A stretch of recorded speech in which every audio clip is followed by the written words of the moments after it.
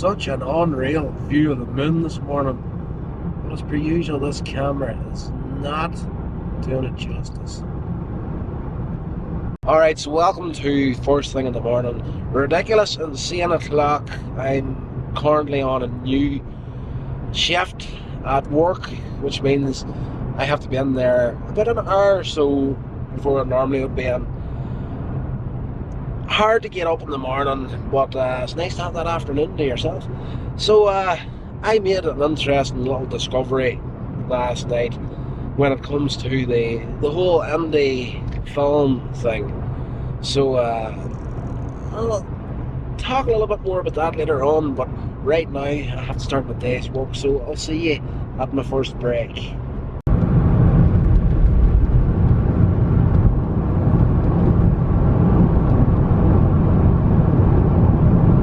Alright, so breakfast time at work, and I found this.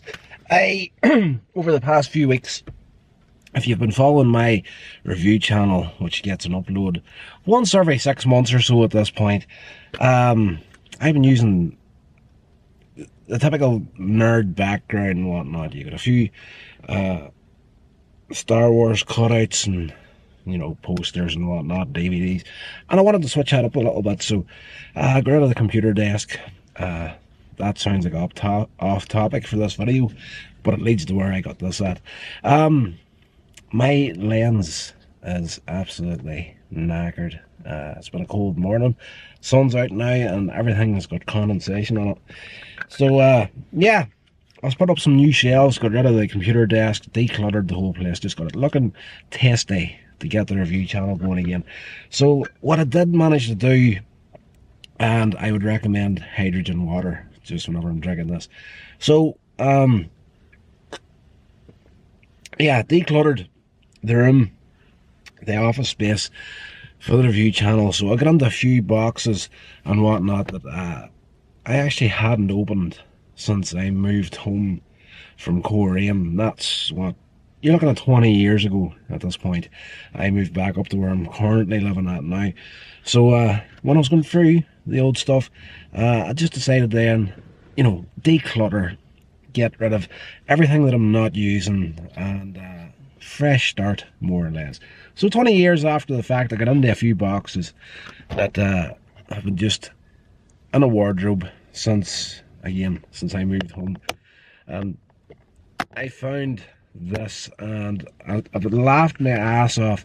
I opened it up about a week ago just to check what was in here, and it's the skits. It's really skits that I was planning on doing way back. Now I'm not going to tell you what there are. There's a few of them are like comedy exercise videos, and I remember actually writing this, and I do remember the reason why we didn't actually get any of these done. There's a skit here that leads into the need for exercise, let's just say. Let's just call it the curse. I'm going to sit down and rewrite these properly. But there's moments in this, I've been reading through it here, and really, in my early days of writing stuff, this is more shot lists than an actual script for something. So I've got broken down into scenes with the amount of shots we need in there. Literally something that you could walk out and get done within a couple or 3 hours, some of the stuff in here. So that first one, the curse, there's moments in that there made me laugh. I just read the book, part of the book, while I was sitting here eating breakfast. So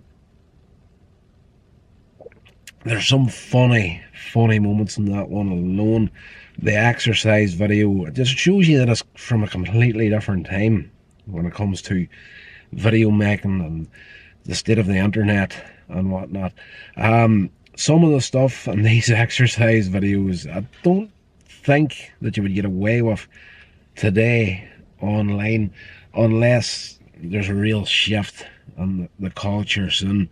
The whole freedom of speech thing is killing, really is killing productivity and just the sort of stuff I would want to create. It's all fine and well putting it down as, you know, indie film and whatnot, filmmaking. You can get away with a little bit more than just a content creator. But at the end of the day, the freedom of speech it's kicking our asses at the moment. And a lot of the stuff in here I don't think you get away with today. This is how old this book is. As I say, set out in scenes, the amount of shots I wanted to get in there.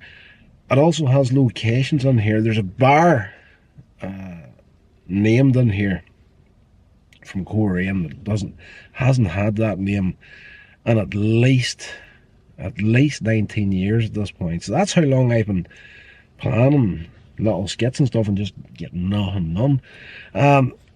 That first one, I had to be the person in front of the camera for that one, because it's and even the exercise videos, we're taking the piss, we're having a bit of fun with it. So you need somebody that's out of shape. And compared to what I am now, I was a good bit bigger back when I wrote this here. Like I'm still fairly overweight, but nothing compared to what it was whenever I was writing these little skits here. So I couldn't get someone to work camera for me at all. Out of all the people I was hanging out with, at that point, one of them would have used the camera, but he was very heavy-handed with it. And we didn't have any external recording stuff at that stage. And what I did notice from the times he was using the camera is you could hear he was very rough in the hands on the equipment, and every time he was using the camera, what was coming through in the mic was this clicking. You know, it's kind of like, I don't know if I could do it, and you're getting that every once in a while. And I thought to myself, is he drumming on the case? And I actually watched him at one point, and this is back whenever you put actual video tapes inside the camera. I watched him one day, he was holding the camera that tight, it was actually the casing of the camera floating, like bending with the pressure of him holding it. So, you know, there was times that of, you know, wanting to be too safe for your gear, that you didn't let people like that get hold of your stuff. You didn't want them messing up at the end of the day. There's a few in the here that I've read this morning that I needed someone that could drive. That is a huge thing that I have noticed over the course of doing this. Like I'm saying, this is going back 19, 20 years at this point, where I wrote this little handful of skits in that book. You know, the big problem I had with a couple of those exercise ones is because I needed a car, and I needed someone that could drive, just for some of the shots. And I don't want to give away what we're going to do with one of them there, because it's damn funny, and if I can pull it off yet, I will do it. But what I needed was someone that could drive. Out of everybody that I was hanging out with and creating videos at that point, I was the only one with a driver's license. Literally all I needed was someone to drive my car in front of me while I was jogging behind it, let's just say. And we had to drop that skit because no one could drive. It is what it is. Whenever you get into the indie culture sort of thing, you have to make do with what you can get a lot of times. Some people are just lazy shits at the end of the day. There is the big tip from this video before we go any further. If you want a good cameraman, someone's going to work camera for you, first question you always ask them, can you drive? If they don't have a driver's license, they're not going to make much of a cameraman, especially if they want to go freelance. You can use a camera all you want, but if you can't drive, you're doomed. Right, I think that's going to do it for this video.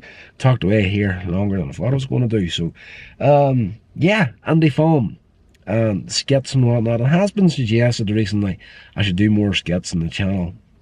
But getting it done, getting hold of the people that you would need to do some extra stuff, it's not that easy done these days. Everybody that started out along with me has moved on to do something else, and they're not even doing this sort of stuff anymore. That's the other thing when it comes to the internet, YouTube, and they film and whatnot, you get a hell of a load of lazy shites that are only in it for the thought of getting into it. The thought of being a filmmaker or video creator, or whatever it may be, is very much something that a lot of people are like, I could do that for a living. But then they try it out and, you know, they start to discover how much work actually goes into this shit, and the amount of time it's going to take for you to get actually out there and noticed. And, you know, they don't get worldwide status overnight, and they're not rolling in cash, so they give up on it. Right, that's going to do it, guys. Stay safe. I will talk to you in the next video.